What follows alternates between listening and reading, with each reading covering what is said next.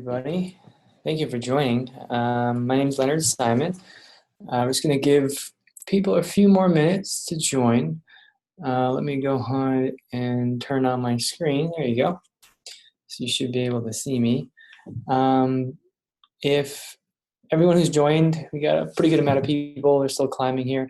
If you can do me a favor and just type into chat that you can hear me and see the slide on the screen, that'd be fantastic. All righty. Thank you. All right. So my background's kind of boring. I apologize. This isn't my office. I kind of used a random office in the area where I'm at right now. So I'm definitely more exciting than this. So this is very plain and boring. So all the attention should be on me anyway, right? So, all right. Let's give people a few more minutes, and those who can hear me and everything, do me a favor and type in where you're from. I'm from Miami, Florida, so maybe there's some people close by me, but we've gotten people all over the world, which has been fantastic. So yeah, go ahead and just type really quick where you're from right now, where you're dialing in from, while we wait a few more minutes. All right, Mexico, Ohio, California, West Palm, Nettie, you're pretty close to me. And so is Catherine in Naples, great. Let's see, Texas, Portland, awesome.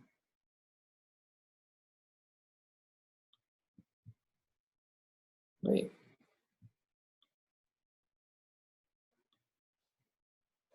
Awesome.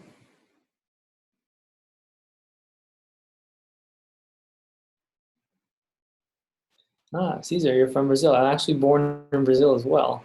But I live in Miami. But yeah, I was born there and adopted at birth and brought back over to the States. So I pretty much lived in the States my whole life. I've never gone back to Brazil, but maybe one day with my family. That'd be amazing. I don't speak Portuguese either, unfortunately. Once I left, I guess I just never took the time to learn it, but it's a beautiful language. I know many people that speak it. That's awesome.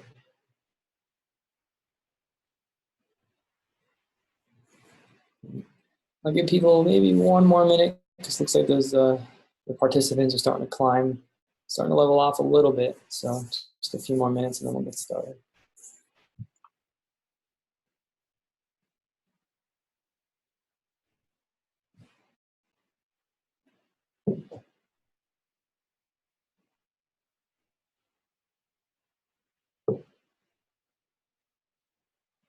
Yeah. For those that just joined, if you haven't already, just asking everyone to type in where they're dialing in from, what city you're at right now, just so I get an idea of how spread apart you guys are.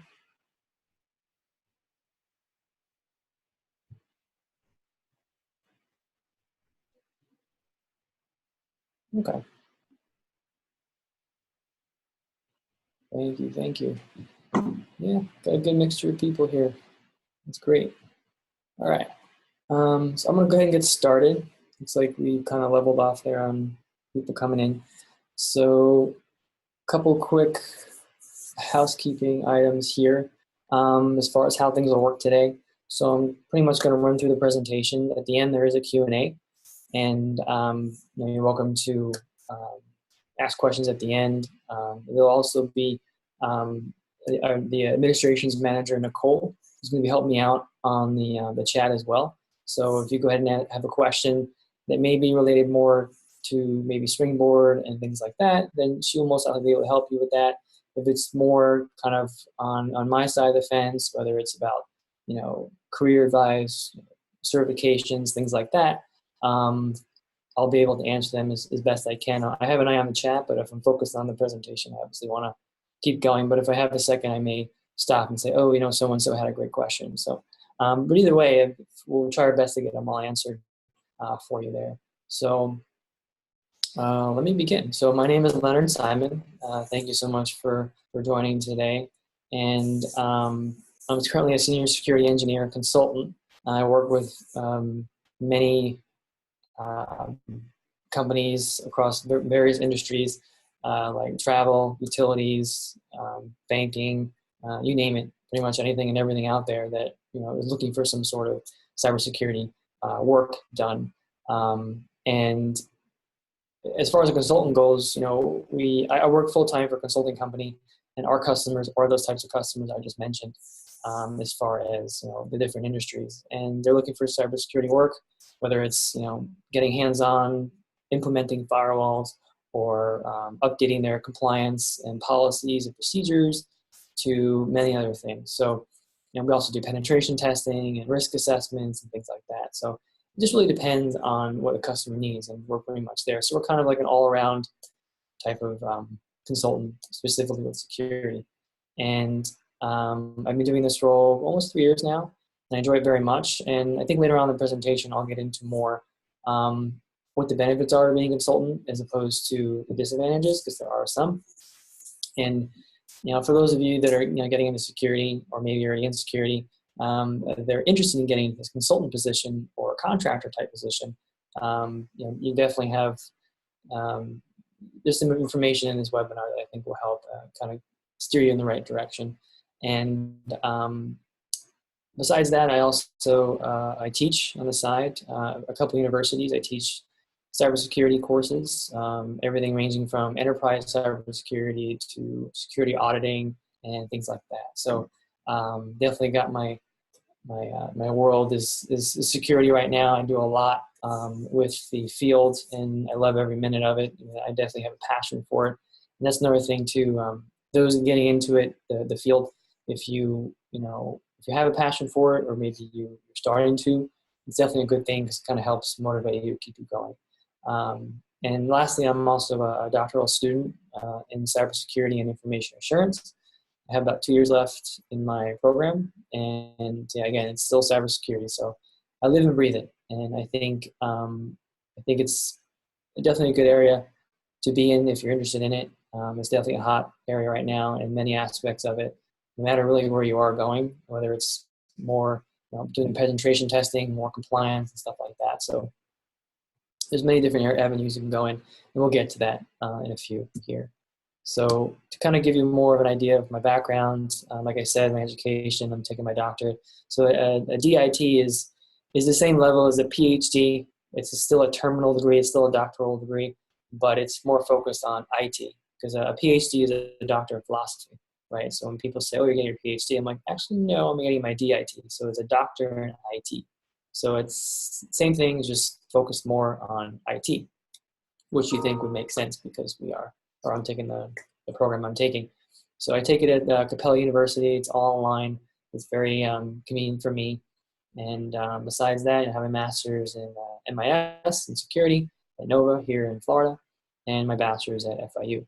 And I majored in IT at FIU as well. Some credentials that you can kind of list there. Mostly all of them are security, except for maybe the last 3 or so. But the CISSP is a very well-known certification in the industry. It's more of a managerial type cert. It kind of gives you more of a wide kind of, a wide dispersing of different types of cybersecurity topics, everything ranging from, obviously cryptography to application engineering, security, and also, security engineering. And it's kind of, they call it, it touches a mile wide and inch deep, meaning it doesn't go too in depth in the content and the material, but it kind of covers a lot. So it's a very good overall cert to get. Someone going into security may not be, that may not be the best cert to get, because you do need some experience to gain the credentials. Otherwise, you can, like, any one of you can take the test tomorrow and pass it, and you'll become an associate of the organization, but you can't necessarily put those letters next to your name or on a resume yet, because it does require at least 4 to 5 years of paid professional full-time experience. So if you have any more questions about that, definitely ask in the chat or ask later on. It's fine. The GICSP is a Global Information Cybersecurity Professional. It's more tailored to industrial control systems, or what they call SCADA systems. When you think of those systems, just think of your utilities company. or any manufacturing plants, those types of environments. So that cert specifically just for that, cybersecurity related. So it's more specialized. You can think of it that way. The CEH is a certified ethical hacker. You probably heard of that one if you've kind of been doing some homework around the field. It's a good test to take. It's more theory on how to do pen testing. So anyone trying to or wanting to get into the field of pen testing, that's a great certification to look into. Security Plus is another very popular certification. I highly recommend the Security Plus if you're just starting off in security, because that will give you a really good value for the content that it has, plus what hiring managers and jobs are looking for these days. Security Plus, trying to get a job in security, Security Plus is like the foundation baseline cert that most hiring managers look for. You can also have the CEH and not have the Security Plus too, but the Security Plus is more generalized on security. The CEH is more focused on penetration testing and being an ethical hacker. So it's definitely a cool subject, but or definitely a cool topic and focus and specialization. But if you're not really interested in being a penetration tester or maybe application security engineer or analyst, you may want to start with Security Plus first and then kind of move up from there. Because again, the Security Plus is going to give you a more wider variety of topics. And going into the certification, you may like certain areas or think you want to get into certain areas, but you may be exposed to something new within that material that, oh, that's interesting. Let's focus on that more. So just an example. Network Plus, A Plus, those are very basic certifications. So any of you listening that don't really have any IT background at all, don't have any certifications, really haven't worked in the field, but are wanting to obviously get into the field. Even before the Security Plus, I would probably go for the A Plus first and the Network Plus. The A Plus is more focused on hardware and software components, and Network Plus is more focused on networking basics. Both of those are vendor neutral, so you're not learning about a specific product. You're learning more about the concepts and the different terminology of the field. So it's a great foundational pair to have, I guess. The CCNA is kind of like Network Plus on steroids. The CCNA is the Cisco certification. You're a network associate. So it's a little more focused on, or it is focused on Cisco equipment, but 90+% of the networking equipment in the world is Cisco. So if you want to get into networking specifically, definitely a great place to start with a CCNA. And even if you're really not wanting to get into networking, it's still a good cert to get, because if you think about it, when we deal with computers, networking is the glue that connects everything together, right? So having that cert is a great kind of way to kind of learn more about how networking works in general, and just kind of make you more marketable as well. And ITIL, that's more about service delivery, like service level agreements and the different stages of a company, how like maybe tickets flow through the system or how different things are done in a business. I'd highly recommend that one too if you're getting into maybe help desk or even in security too. I call it more of a low-hanging fruit type of certification because it's not too difficult to study for. The book isn't that big. You can probably knock it out in a week or two or three maybe, but it's still an overall good certification to get. And there's a couple different levels of it too. There's the fundamentals, I think, which is the one I have. I didn't go crazy with it, but there's different levels you can kind of focus on, but a great cert to get as well. And again, any questions about these? And these aren't all the ones, obviously, that are available. These are just the ones that I currently have that I wanted to point out specific to this webinar. So classes taught, I kind of mentioned that before, but you can see ranging from different cybersecurity and IT automation type topics. So a few fun pictures to share with you guys. The top is me just being silly. I'm pointing to the back of my laptop. I'm big on stickers. You probably wouldn't notice by the blank wall behind me, but yeah, this isn't my office. So that's the back of my laptop, and just shows more about my personality.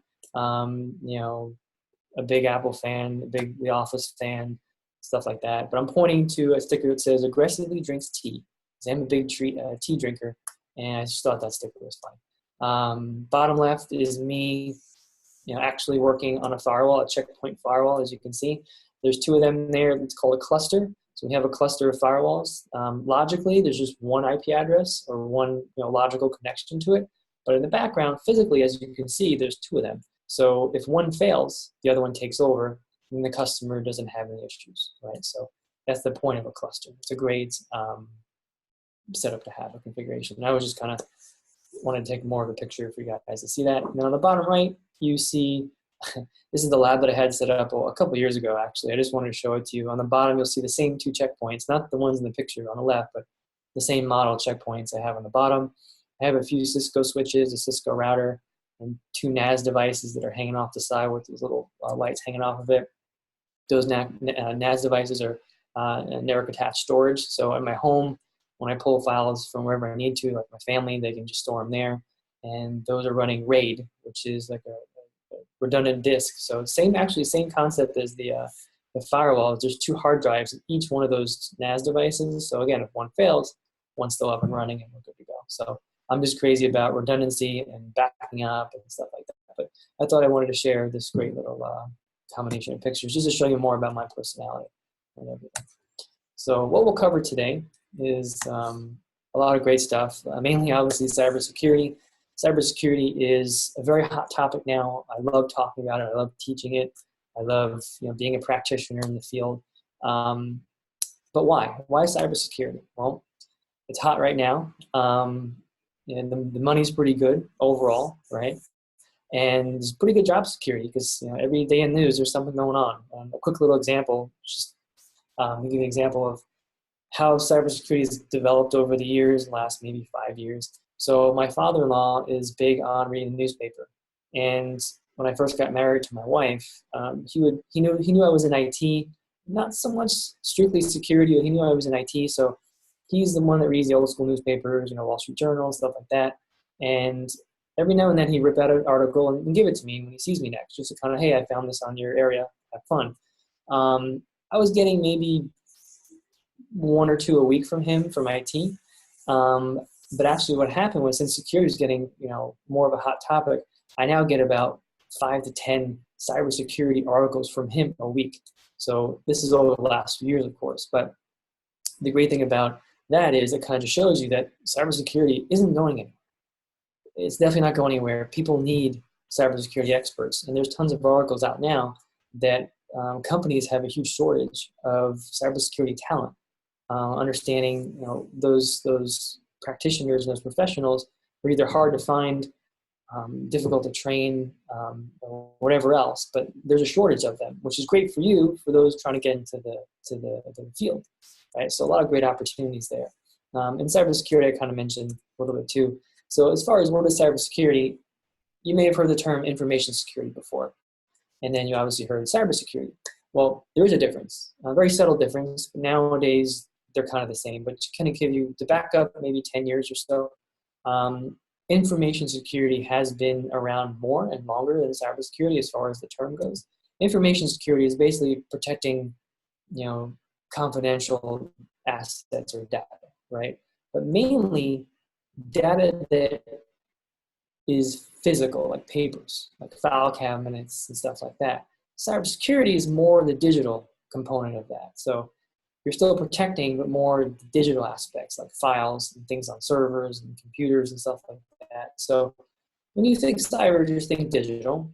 When you think information security, think, and then cybersecurity is a subset of it. So, but what's happened in the industry these days, and marketing and media, is cybersecurity and information security are kind of the same thing now. But just to educate you, if someone asks you, hey, what's the difference between these two? Kind of have an idea now. So there are different cybersecurity roles and responsibilities, and we'll get into those later. If you're looking for a job, you may realize, I don't know where to start. There's all these different types of roles. Which one do I fit best in? Stuff like that. We'll go through that at a very high level, but in a way to hopefully make it make more sense to you and give you an idea of, next time you look for a job in security, you kind of have an idea of, oh, I see there's an analyst position, but then there's an engineer. What's the difference? And stuff like that. So it may help you a little bit too. The fundamentals, we'll go into the fundamentals as well as very high level, what the basics are of security as well.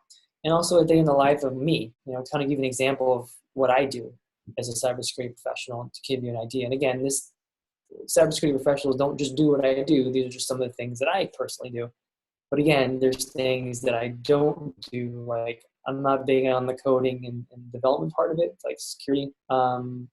analyst type positions or application security analyst positions. I have worked with other engineers in more of a DevOps type of situation, and I am pulled from side, on the side to help out. But that's not strictly what I do. And I'll explain further what I mainly focus on. And then the last thing, or one of the last things we'll talk about is how to get in, how to start in cybersecurity. So everything else will kind of leave you up to that point, but moving into cybersecurity part will really show you, give you some tips and tricks on how to transition easy into that field, So yeah. So before we kind of get into why cybersecurity, I wanted to start a little poll, which is kind of fun to do. I love to do it for the audience here. So give me a second. You're going to get a little pop-up on your, let me see if I can find it. Give me a second.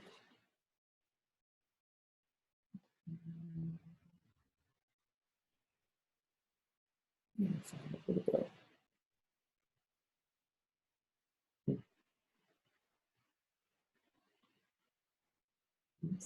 Yeah, I can't find it now for some reason, but yeah, can't find it now. But let me move on here. I won't waste too much time here. So as far as why cybersecurity, I mentioned before information security versus cybersecurity. So there's a difference, but in the world of today, we get picky with people when they start talking about it. But I want to give you an idea. There's different improvements in technology. Over the years, things have gotten smaller, faster, more secure, you name it, but that all comes with a cost, right? It comes with a cost of managing it, protecting it, and things like that. So cybersecurity is just a great kind of field to be in my personal opinion. And I do believe that over time, it's really not going to go away. If you want to dive into this field now, it's not too late at all, even if you have no experience at all. I talk to students that are working in retail right now, and they're taking courses to learn more about cybersecurity, but they're nervous and they're not sure where to go, or they're kind of afraid to get into their role because they don't have experience. That's fine. And even if you don't have experience, and even if you don't know what kind of specialization you want to get into, that's even better in my opinion, because that gives you more flexibility, right? You don't know what you want to do in cybersecurity, but you want to get into the field. And maybe a little piece of it does interest you, but what the benefit is of not knowing at first is you have all these options, right? You have an idea of kind of the lay of the land. You have all these different options that are available to you, and you can kind of feel things out, maybe get internships, maybe talk to people, maybe try something out yourself. And eventually you will kind of land in a certain spot where, I really like doing penetration testing, and that's all I want to do. Or I like to do this, or you can do a bunch of things. So it really is very flexible and very open. Everything's getting digitized, records and things like that. So you got to protect that. It has to be confidential. It has to be protected and stored and encrypted, stuff like that. So there's security again. And this whole concept of protecting assets really isn't new. Cybersecurity is actually pretty new if you think about it. If you think about how many degrees are out there in cybersecurity alone, there aren't that many because the field is pretty new. A lot of companies are demanding professionals in cybersecurity, but there's a lack of them because the field's pretty new, and people are starting to kind of ramp up into that area. So a lot of potential here for sure. And of course, one of the things that keeps professionals like me with a job is the security landscape is always changing. Meaning, the ways attackers get into your systems or your environment is changing. The different ways, the different vulnerabilities on your machines are changing. Tons of things are changing in many different ways. So with security, you're never really done. Even here, like I can tell the customer I'm met with right now is, and they know it, but in general, with security, you're never done. There's always something that's going to not be protected. And if you can think about one of those things, it's going to be, the human aspect of it, people, right? That's why you can't say security, you're 100% secure. If someone says that, that's not exactly true, because there's always a human factor to it. Things have to be configured by a human, and things have to be touched and reviewed and things like that. So you're never 100% secure, but what you can do is have security awareness training. You can have different controls in place to protect yourself, whether they're detective controls to kind of detect things that are wrong and notify you. You can have preventative controls for things that automatically protect you right then and there when things happen, and administrative controls like procedures and policies and things like that. So yeah, so definitely things are changing. And like I said before, there's a huge demand in cybersecurity roles. So again, if you're trying to get into cybersecurity, you're not too late. It's definitely a time to get into it. So I think that it's a great time to consider that. And before I begin, I was able to find the polling part, so give me a second here. I'm going to go ahead and launch a poll for you. It's a very simple poll. If anyone can kind of fill it out and pay attention just for a few minutes, it should probably take you, I'll probably give you guys 30 seconds to do it. So here it goes. How many years of cybersecurity experience do you currently have? Now, I'm expecting most of the people on this call to not have that much experience, which is perfectly fine. But it kind of gives me an idea of what you're doing. And again, we have a little over 50 people in here, so if everyone can please submit, that'd be fantastic to kind of get a really good idea of what's going on. So we're about 65% people submitted. Now we're 70%, so keep going. Almost there. 75, 76. I'll give you guys about 10 more seconds, and then I'll show you the results. So we're just under 80% of people voted right now. And the results that I can see kind of make sense based on the polling and the audience. So, all right, so I'm going to go ahead and end the poll and show you guys what the results are. So as you can see, 86% of the people on this webinar have less than 1 year of experience, which is great. I think that that makes perfect sense, and there's nothing wrong with that, right? So that's why you're here, trying to get into it. You don't know where to go, you're confused, you're not sure, and that's exactly why you're here. But just to give you guys an idea of everyone else on here, that's kind of the layout. So I do have, and thank you for that. So I do have another poll. Let's see if I can get this up here. So I talked about a few specializations so far. I didn't get too into them, but this question here is more about, if you do have experience, what specialization is it in? Now, I know most of you don't have experience, but looking at the list, which one of these interests you the most? And just kind of give it a shot. I just been curious. So application software, that's more application security, engineering or analyst. Cryptography, key management, that's more encryption as well. GRC is more, governance, risk, and compliance, the policies and procedures. So go ahead and fill out as much as you can right now if you can see it. I don't see anyone filling it out now. Yeah, oh, there we go. Some people are starting to do it. So yeah, so don't worry about it if you don't have experience. Just what interests you the most. There's systems and endpoint, that's more about antivirus software. Penetration testing, that's more ethical hacking. Forensics, it's more investigation into fraud and stuff like that. Education and training is kind of what I'm doing now, is education, webinars, security awareness training. Mobile, security and mobile apps, and none is fine too. And again, if you don't have security, where would you, have experience? Just kind of get an idea. So this is great. I'll give you guys about 10 more seconds. Let me get some water here. All right.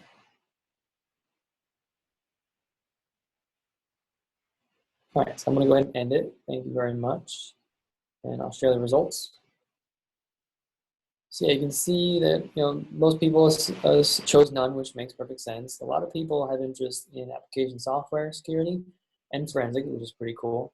A lot of people have engineering and business operations experience, which is perfect. So those people in business operations, you can definitely dive more into the management side of things if you want, security or not, or the architect if even, and then the engineer. Obviously, there's tons of things for the engineering to do as well. Being more of an analyst, and then an engineer, and then an architect. So there's 3 levels there. So you may start off as like an analyst, engineer, architect, and then from there, the architects make some pretty good money as well. So thank you guys for doing that. Close this. Let's move on. So what is cybersecurity? Why do they hire? Why is cybersecurity an issue, and what problems does it solve in the organization? So as I kind of mentioned before, a lot of companies are, protecting. The main reason why you have cybersecurity is to protect assets, right? You do a risk assessment to say, okay, what assets within my organization are, most critical? What would either, if something happened to it, what would cause a lawsuit? What would cause, confidentiality issues, things like that. So cybersecurity really is there to protect the assets.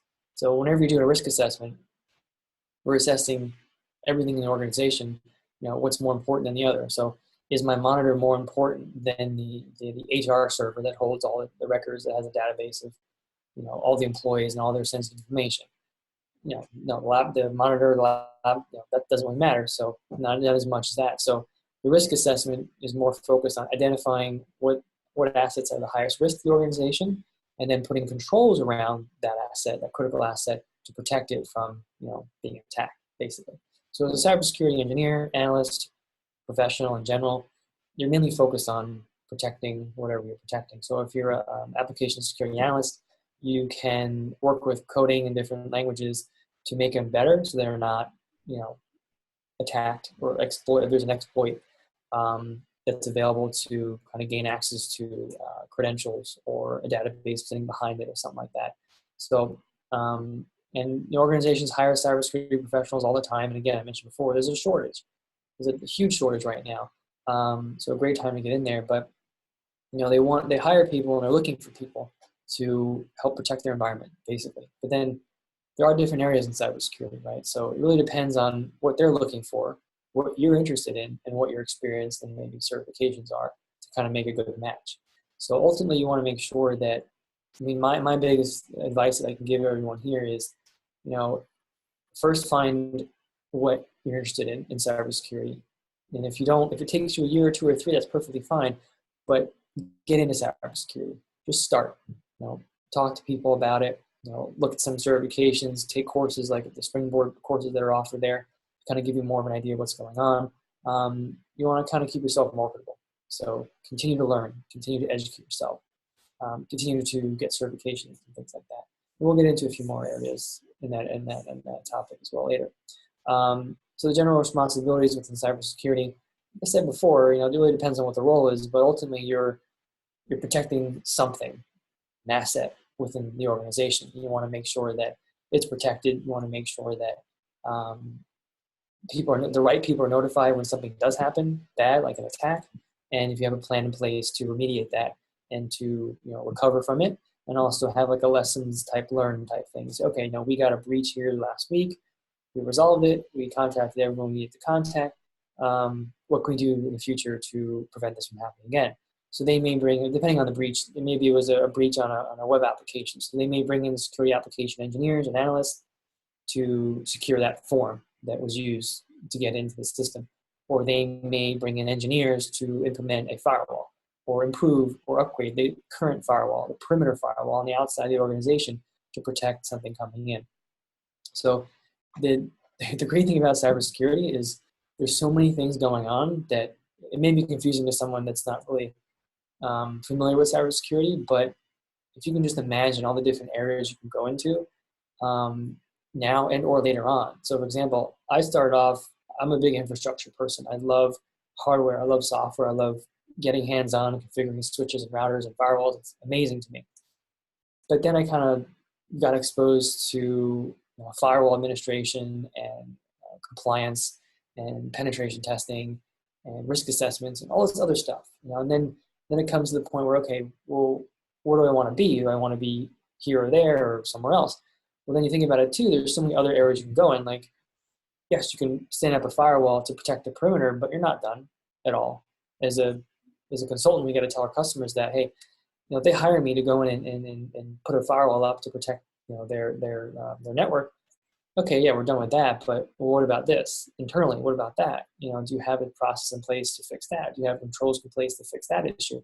Well, no, we don't. Well, let me suggest and recommend some things that would make sense based on what I see. So we go in and assess the environment. So we may go in from one issue that the customer is initially wanting. But as we go in, we look around and we kind of suggest, oh, okay, I see we have a firewall in place. That's great. But what are you doing here? This is best practice, recommend doing it this way. So there's always responsibilities, and part of being a cybersecurity professional is kind of got to keep an open mind. Yes, you can just do your job and do the project they originally assigned you for, but the thing about security, it kind of always keeps you on the lookout, on the alert for things. So it's a very fun, dynamic field to be in for sure. So let's get into the roles here. So I'm going to move all this stuff around here, or just kind of fill it out. So there are many different roles. I've kind of mentioned a few already. There's 3 or 4, maybe even 5 that I want to mention. So at the very lower end of the totem scale here, there's like a specialist, administrator, analyst type position. They're kind of entry level, right? You can think of it that way. From there, you got engineer, and then architect, and then officer, and then consultant. I kind of made italicized because they're kind of all over the place, like me. You can be an architect tomorrow, and then an engineer a week from now, and then a specialist another day, just all over the place. And when we get into the responsibilities, you'll kind of see how that makes sense. But a specialist, admin, and analyst are more day-to-day operational positions where you have an issue, you fix it, and you move on. You're not really getting into the architecture or the design of anything.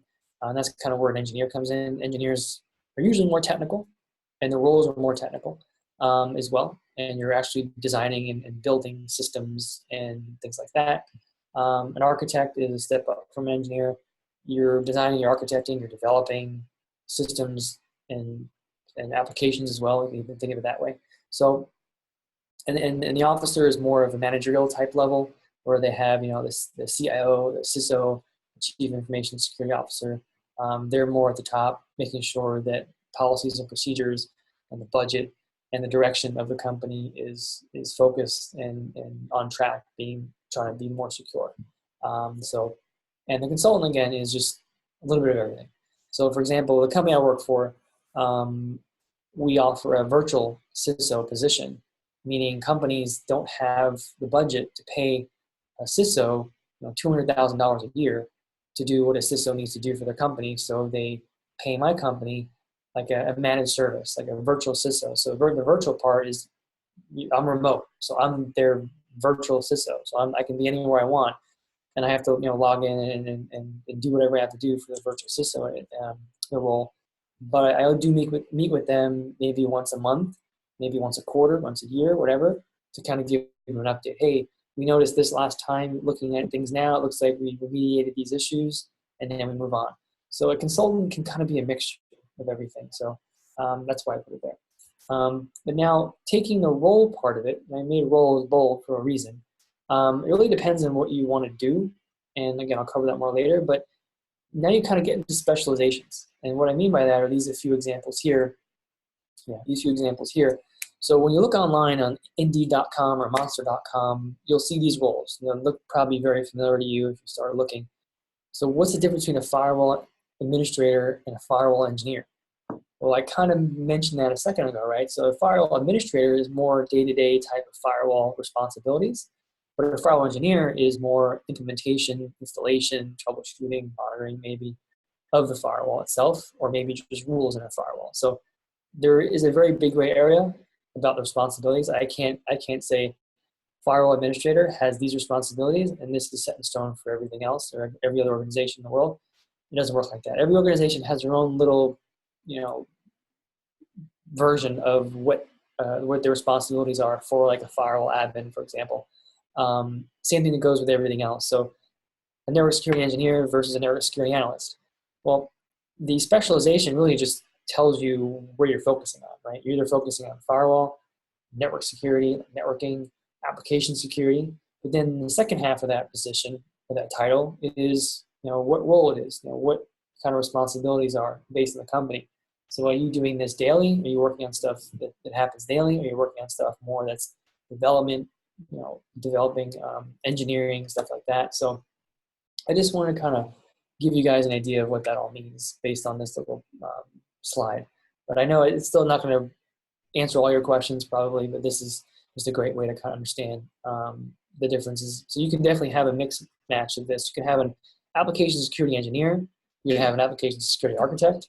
It just depends on the level. So you got the specialization, what they're focused on, and you have the role, which is basically where they are seniority-wise or responsibility-wise, even if you want to think of it that way. So are they more entry-level, or are they more advanced, or are they an officer of the company? So give you guys an idea about that. So some fundamentals here are some terms that I like to share with, in the webinar. So we have access control, which mainly as a cybersecurity professional, and access control is more about, setting the right access control for people either coming onto the network, accessing the network and certain resources. So as a professional, as a cybersecurity professional, you have to be familiar with different types of access control. Obviously threats, attacks, and vulnerabilities. You have to understand not every one of them. And it's not like when one of those attacks happen, it's like, hey, I'm a Trojan virus and here I am. No, as a professional, you have to kind of figure that out, right? Some things are more obvious than others, like ransomware. Obviously, if your computer at work suddenly gets a screen that says, your computer has been encrypted, you have to pay $100,000 to get it encrypted, that's ransomware, right? That's pretty obvious. But some threats and things like that and attacks are not as clear, not as noticeable. There's some that lay dormant for days, weeks, months, years, and sometimes they even have a certain time that they happen, which confuses, obviously, professionals like me in understanding how long it's been there, how to remediate it, stuff like that. So it can get pretty tricky, but over time with experience and the right training and some certifications, you start to develop you start to get more comfortable, I guess, with things going on. And then there's authentication, authorization, authentication and authorization and access control are kind of related there, biometrics, the handprint, the retina, the iris scan. We have companies that do that. We don't implement those types of controls. We're more of the physical security part of it, saying, okay, so you have a server room on the first floor in Florida in a flood zone. Not a good idea, because Florida rains a lot, it's hurricanes, and you're on the first floor in a flood zone. That's not good either. So maybe move up to the fourth floor. I mean, obviously it's easier said than done, but those are the types of things that we would do on a physical security side. And again, physical security is more, the actual physical part of security, getting through doors, cameras, stuff like that. That was just one example. Identity and access management, very similar to access control, but it's more about, understanding who's coming into the network or accessing resources, why they're doing it, should they be there, type of thing. And cryptography and PKI, that's more about encryption and digital certificates and stuff like that. But, there's more areas that I'm listing here. These are just some of the top ones that I thought of. Policies, like procedures and policies for companies, those are very important because it kind of dictates what the company is expecting of the employee. And if the employee doesn't comply with those, then there could be some other circumstances that happen. So very important. And policies kind of fall into GRC there. So governance, risk, and compliance. So governance is making sure that the policies that are in place are actually working in the organization. Risk revolves around risk assessments and risk analysis and things like that, understanding and identifying what a risk is. And GRC is extremely important in my opinion. A lot of businesses, when we talk to them and even other professionals, they may be more focused on the lights and the fancy shiny hardware and stuff like that, like the firewalls, which are great, don't get me wrong.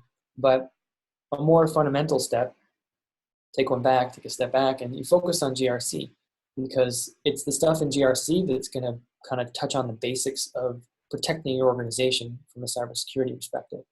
Because if you think about it, if I'm an attacker, maybe a pretty well-known, experienced attacker, why would I kill myself and try to attack an organization in a very complicated way? I'm going to start with the easy stuff, the basics, right? And that's mostly what happens. All these big attacks that have happened over the year or 2 or 5 have been extremely basic. They could have been prevented by patching a system or reducing access or one of those things. So that's where I start when I talk to customers, and we do risk assessments and we do penetration testing and we do vulnerability assessments. Start with the basics. Does your whole organization need admin access to all their workstations? No, they don't. So back it up a second. They only need access to whatever they need access to. So just make sure that they comply with some of that stuff and make sure that GRC is in my sense, that it's important for them to do and follow. So penetration testing, ethical hacking type stuff. Vulnerability assessment I mentioned too, is kind of understanding, you're scanning the network, all the machines, workstations, and everything to see if they have any vulnerabilities. And then from there, you go ahead and you remediate. So a quick time check for this tier 2. I want to make sure that we're good. So it's about 2:45 my time. I'm almost done here. I have a few more slides, and then we'll kind of wrap it up with Q&A for a second here. So those that are online, just bear with me here. If I do go, just to kind of make a little statement beforehand, I'm trying to keep the time, you know, I'm aware of the time, but just bear with me here. Make sure I go through all this, and hopefully you stay with me. So a day in a life for me, there's 2 projects that I had. I'm gonna go through this really quick, but those of you who may or may not haven't heard of GDPR, General Data Protection Regulation. So on May 25th, which just kind of recently passed, any company that has records or data from European residents have to comply with this regulation. Otherwise, there are massive fines that will be put upon the organization. So up until the 25th of May, companies are scrambling all over Europe, especially the US, that deal with customers in Europe, especially their information, to try to make sure that they comply with this. So again, any company that has or processes or collects data from European residents has to comply with this. When you get a chance, look it up. It's pretty neat, and it's very interesting. But I'll kind of give you an idea of what I did. I did a risk assessment, vulnerability assessment, and penetration testing around a scan. And we implemented various security controls. So there was a company I worked for that needed a GDPR assessment. It was a cruise line that we worked with, and they needed one of these because they deal with residents in Europe. They collect like their personal information, like passports, social security numbers, and stuff like that, whatever, or passports and other things too.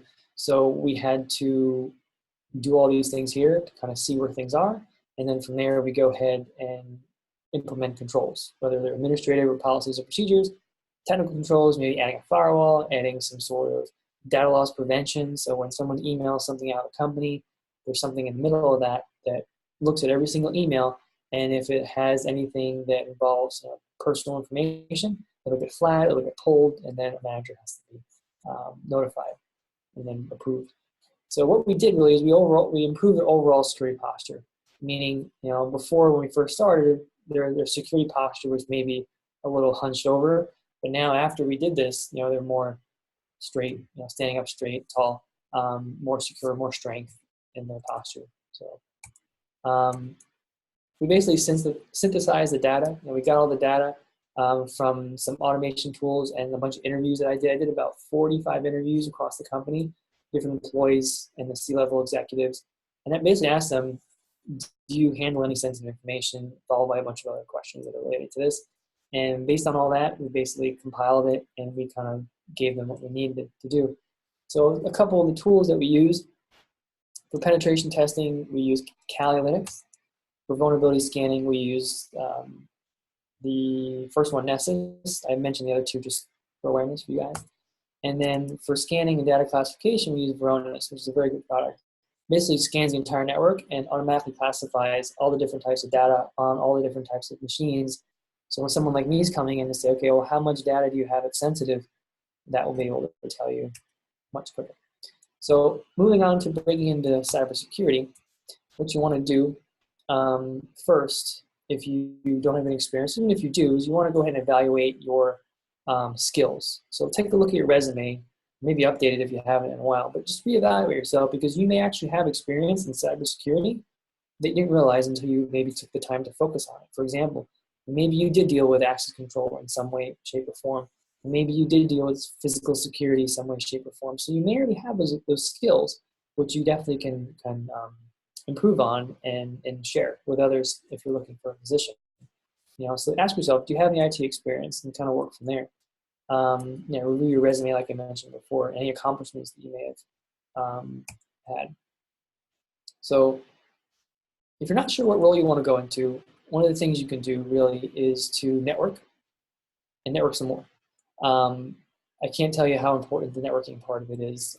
Go to conferences, webinars, anything you can do to gain exposure with other professionals in the field. Connect on LinkedIn. I always connect with people on LinkedIn. Even if you don't know them, that's fine. Maybe send them a message. Hey, I'm so-and-so. I'm trying to get into cybersecurity. I noticed you had the certification. Or I noticed you work this place, and I want to kind of pick your brain and ask you more about how you got to where you are, and just talk to other professionals. Like, for example, I'm going to a meeting on Thursday night for ISSA.org. It's Information System Security Association. So they basically talk about controls and risk assessments and stuff like that, plus a lot more stuff. So it's a meeting. It's a local chapter they have here in Miami. It's from like 6 to 9 p.m. up in Fort Lauderdale. So I go hang out for a while, network with a few people and move on. But a lot of these people here are a mixture of are the same background as me. Maybe some are way more experienced than I am, and maybe some are beginning, just like some of you maybe. So even if you're a beginner, they'll love to talk to you. Like they love kind of, that freshness of talent coming in, so they can kind of mold them in a way. And so it's a good experience. And also you'll build soft skills, talking to professionals, maybe doing some interviews as well with other people. It kind of builds your communication skills, your leadership skills, things like that. So, and getting proper certifications is important. And we kind of touched on, making sure you focus on, not making sure, but if you don't know what certification or path you want to focus on based on the certification you're looking at, start more generalized, start more security plus, start more networking plus, stuff like that. That'll help kind of give you an idea, because once you take them, you'll be exposed to concepts, and maybe you find a concept that you like and you dive into that. So I think that'll be a good idea. And I just use this little example to be a Swiss Army knife. So what I mean by that is, the reason why I put that here is people at my job now call me the Swiss Army knife, because I have a tool for everything, or I'm familiar with a lot of different tools in cybersecurity. And the reason why is because I always keep myself marketable, right? I have certifications that are kind of all over the place, but they're related to security for the most part, but they're related to different parts of security, right? The CISSP is more managerial. The Security Plus is obviously more security. The GICSP is more security, industrial control systems. And I have a couple more on my LinkedIn profile if you want to check it out. But overall, I have many different certifications and specializations. Now, it's good and bad. It's good because you're in demand. People always want to talk to you, always need you to help you with things, which is great. But it may kind of be a disadvantage because I don't really focus so much on one thing, and I can't really become an expert at something if I'm focused on many other things. So just keep that in mind. And again, I'm not in a rush to focus on something now. I have plenty of time, and you guys have more than enough time. So the point of it is just get into the field, network with people, talk to people, join webinars like this to learn more about it. You'll hear different things from different people, and it's a great experience overall, I think, to do that.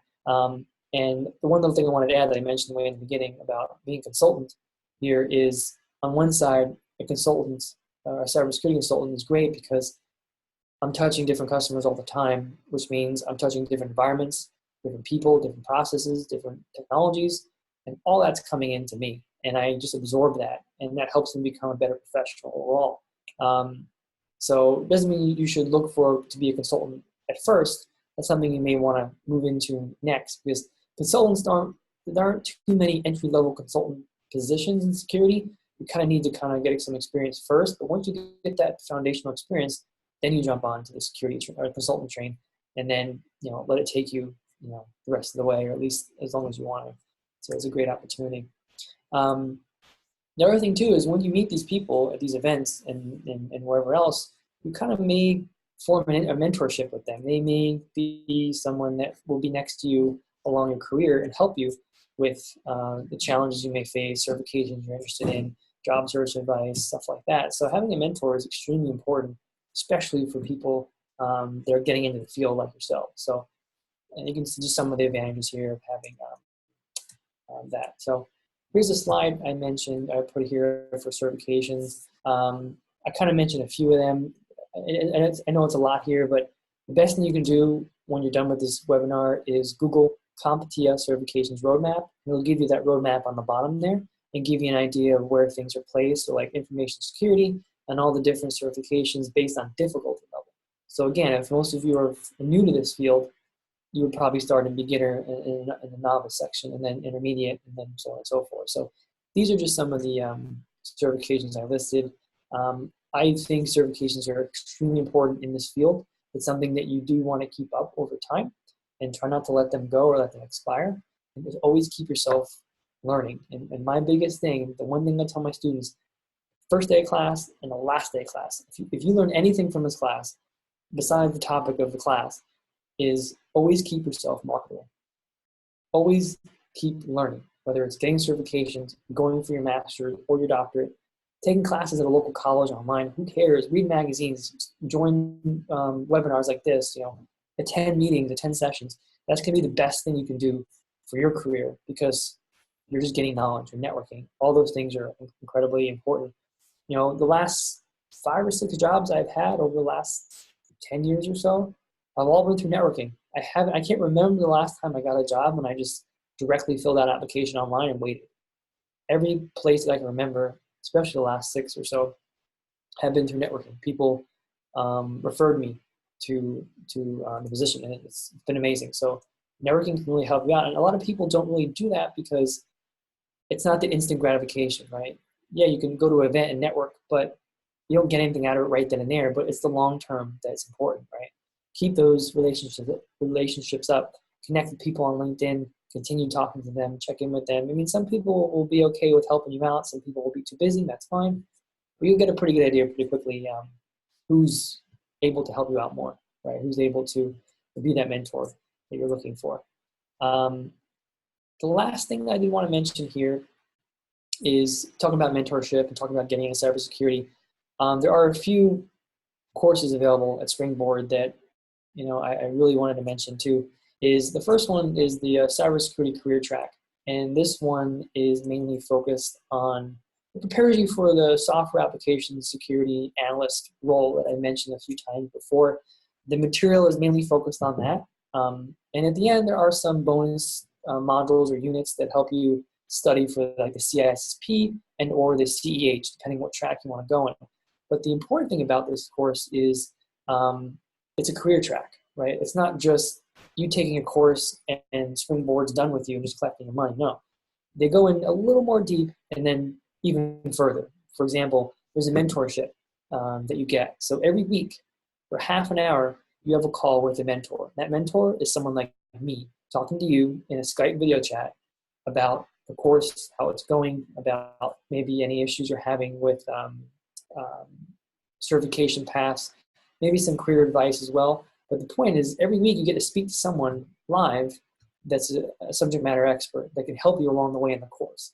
And we get great feedback from students, because I am actually a mentor, like I mentioned before, but we get great feedback from students because it's extremely helpful for them to be able to know that, oh, next week I meet with Lenny, and I'm able to ask him a question that I'm not sure of. And we text and we chat between the weeks, but it's a great time for them to kind of just unload everything they may have as far as questions or concerns. There's also some benefits too, where they help you with your LinkedIn profile, interviewing, your resume, things like that. So it's kind of an all-around career track package, I guess you could say. And it's a great opportunity. But this one, is more. There's 2 things with this. It's more focused on software application security. So if you're not really interested in that path, then there's other options I'll get to in a second. And the other reason is, it does require some experience in cybersecurity, and which will only help you. But there's more details that Nicole just put on there on the chat if you want to learn more about that. And there also is a deadline for the application, which is the 23rd on Monday. Just mentioning that too. The next one is more for people that are starting off in security, which is most of the people on this webinar. What this course does, it prepares you for the Security Plus exam, the latest exam. And Nicole's putting up a link for that as well soon too, to give you more information on that. So this gives you more of a foundational understanding of security. There are labs, and there's labs in the other course as well. There is a mentor that you get, just like me, same deal, once a week, half an hour.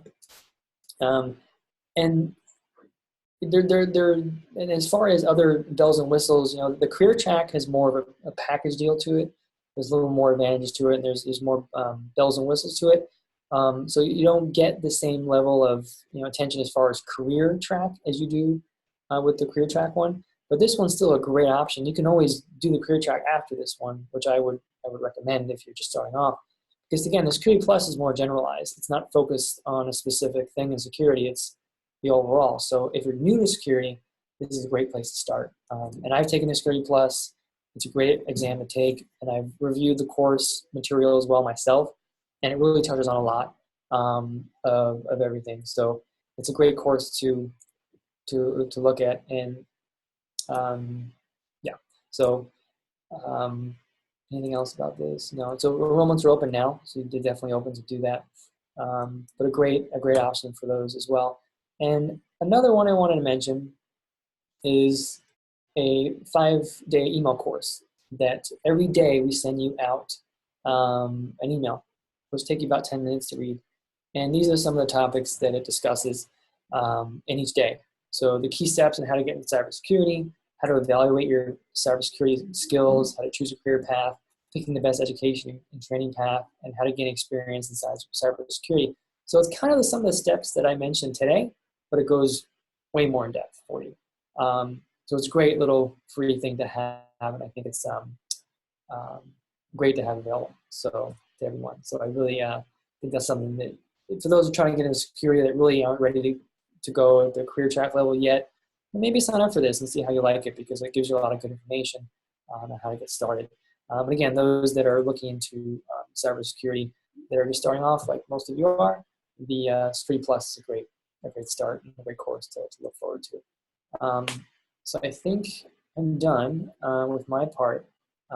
Looking at chat right now, if anyone has any questions for me specifically about certifications, career advice, feel free. Go ahead and put it in there for you. And we'll probably hang around for a few more minutes here as I wait for any more questions or any questions you have.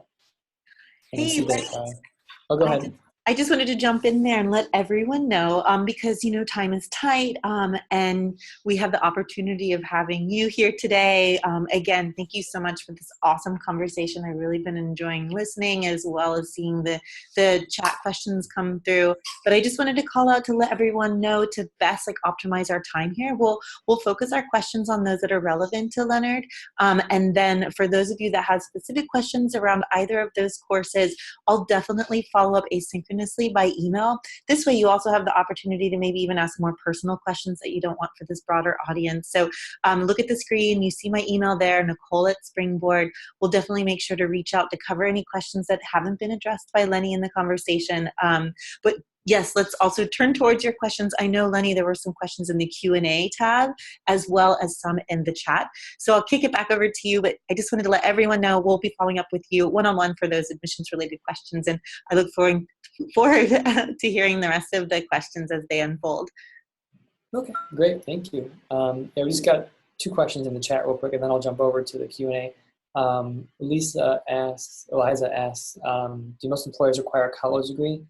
Yeah, they mostly do, at least a bachelor's, but you may find some that don't. It's really just a matter of searching and trying to find one. So if you don't currently have a college degree, I can't say that there aren't any opportunities out there for you, because I think there are, because I think I've seen some just running by some of the positions myself, but most do. But again, keep searching for that as well. And as far as the bachelor's degree, most don't usually care so much on what it specifically is in. You can have a bachelor's in business and still get a job in cybersecurity. Obviously, you have an IT bachelor's that's better or helps, as far as things go. But they're just looking for a 4-year degree. Even associates is fine too if you have a 2-year associate's degree too. But again, it really depends on the requirements for the job. Sometimes when they put requirements, they'll put, preferred or required, right? So required and then preferred. So preferred is more, they would prefer you to have this, but they at least require you to have that maybe too. So to answer your question, and Ivana, how can someone encrypt their internet connection through a VPN, virtual private network? It is an encrypted channel. They can do that. So definitely look up those 3 letters, VPN, online, and you'll learn a lot more about that. But it also depends on what you're trying to encrypt and where it is. There's a lot of other little features and variables involved with that. So what's the minimum time on becoming an admin or consultant or specialist? I think that came from Nettie. It's a great question. The minimum amount of time becoming, say, an admin. Depends on if you're coming from like no experience to begin with and to get to an admin, consultant, or specialist. A consultant, like I said before, a consultant isn't really an entry-level position because unless there is a company looking for an entry-level consultant, which is perfectly fine. But most contractors, because contractors are unique because a company hires a contractor to come on site, most likely, and do something, right? But they're not going to hire an entry-level person to come on site to do something because they're paying them hourly for the most part. So usually consultants have experience.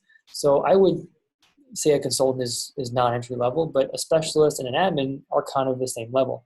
So how long the minimum time becoming? Honestly, what's going to set you apart from the rest is in this field, besides maybe a bachelor's degree, is a certification, right? Like Security Plus. A Security Plus certification is, I think, going to help you tremendously because it shows that you have commitment to the field. And that's mainly one of the reasons why people get certifications. And employers see that. If you're committed to the field, that's good for them because that's probably the position they're looking in.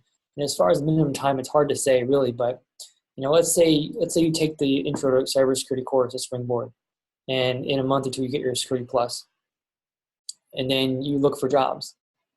It could take, because there's other factors there too. Like how long does it normally take someone to get a job in general?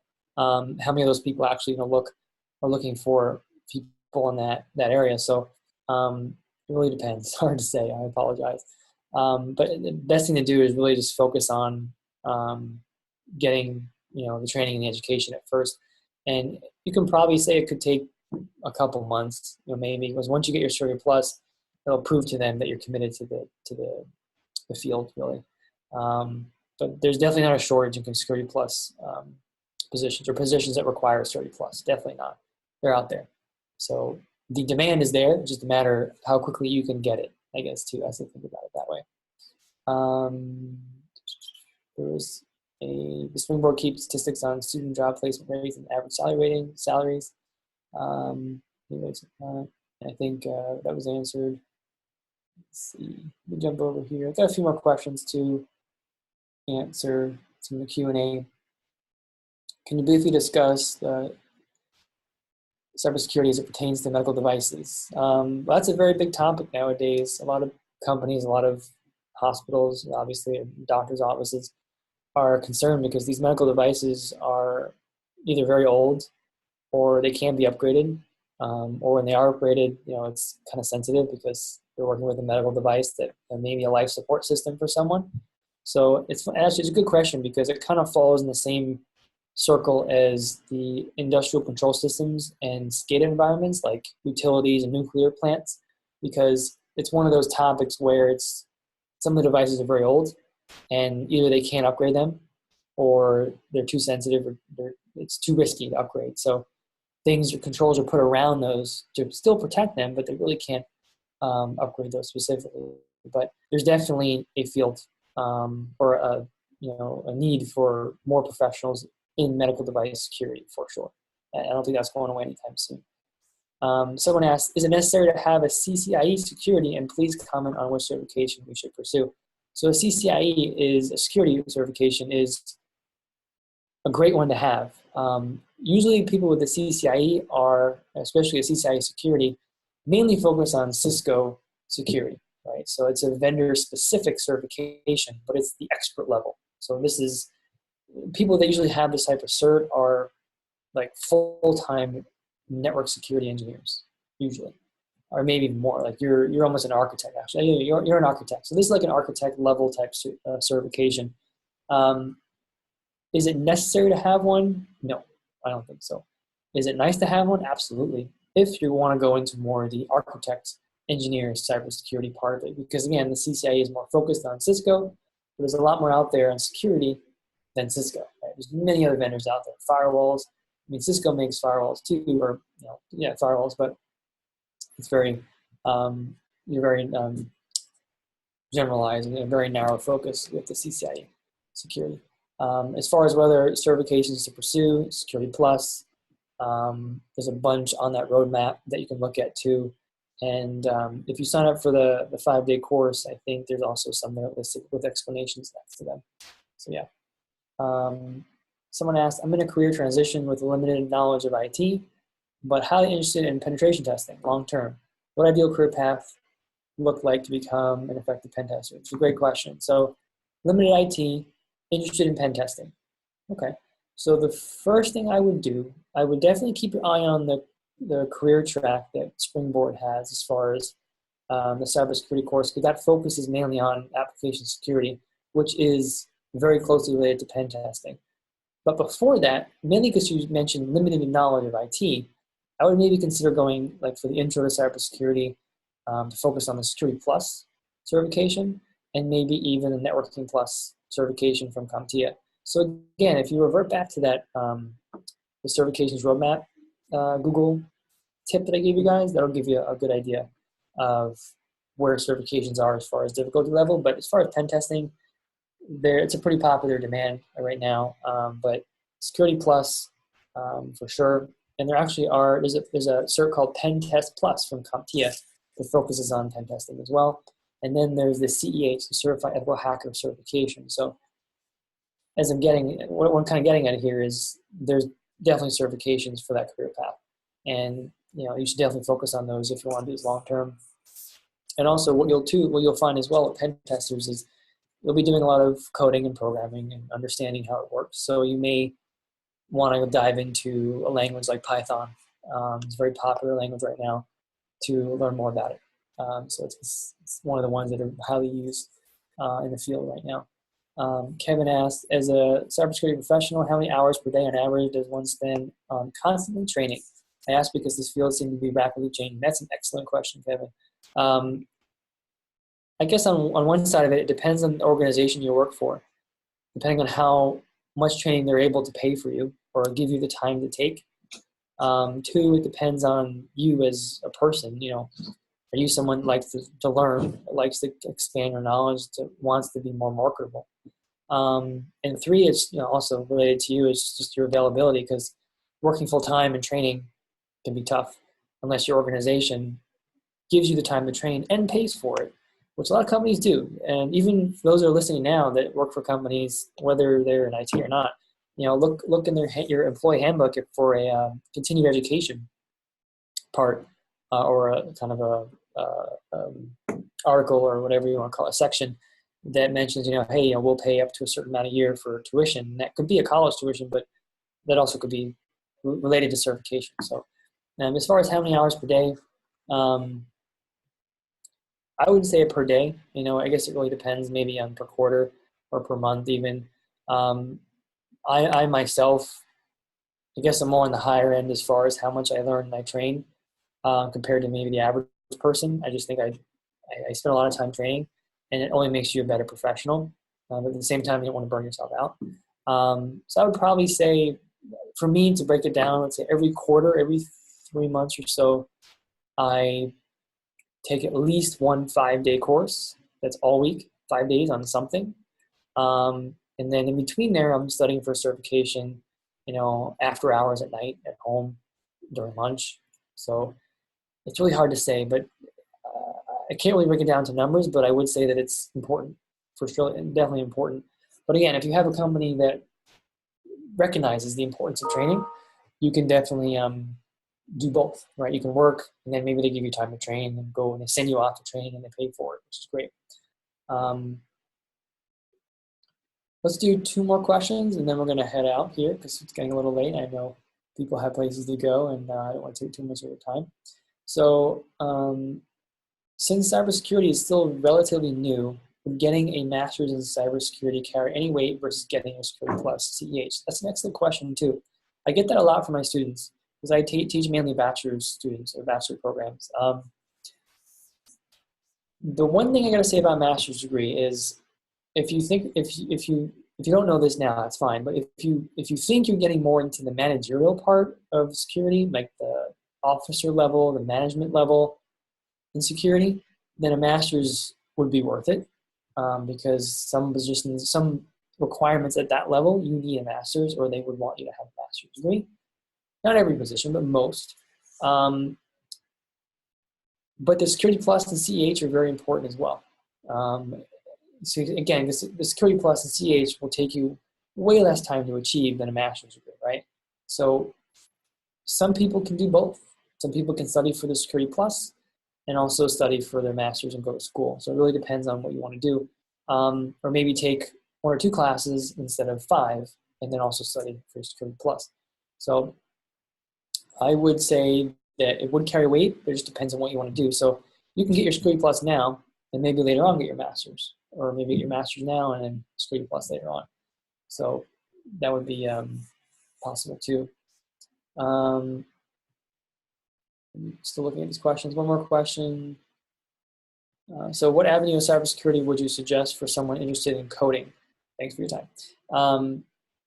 I would definitely say pen testing, application security. So if you have no experience, start off in the intro to cybersecurity course at Springboard, and then kind of graduate to the cybersecurity career track, because that career track focuses on application security, which is very closely related to coding, and you learn a lot of great basic concepts just focused on that. And then you also get some bonus material at the end for the CEH exam, which is ethical hacking, which is also theory of pen testing, and also the CISSP, which is a great kind of managerial type cert. So, all right, so I want to wrap it up. I appreciate everyone for staying on for a little over here. I hope this was helpful. I think I'm done for now. I'm not sure if Nicole has anything else to say in chat or in audio, but I do really appreciate everyone taking the time to listen. All right. All right. I appreciate it. Thank you, everyone.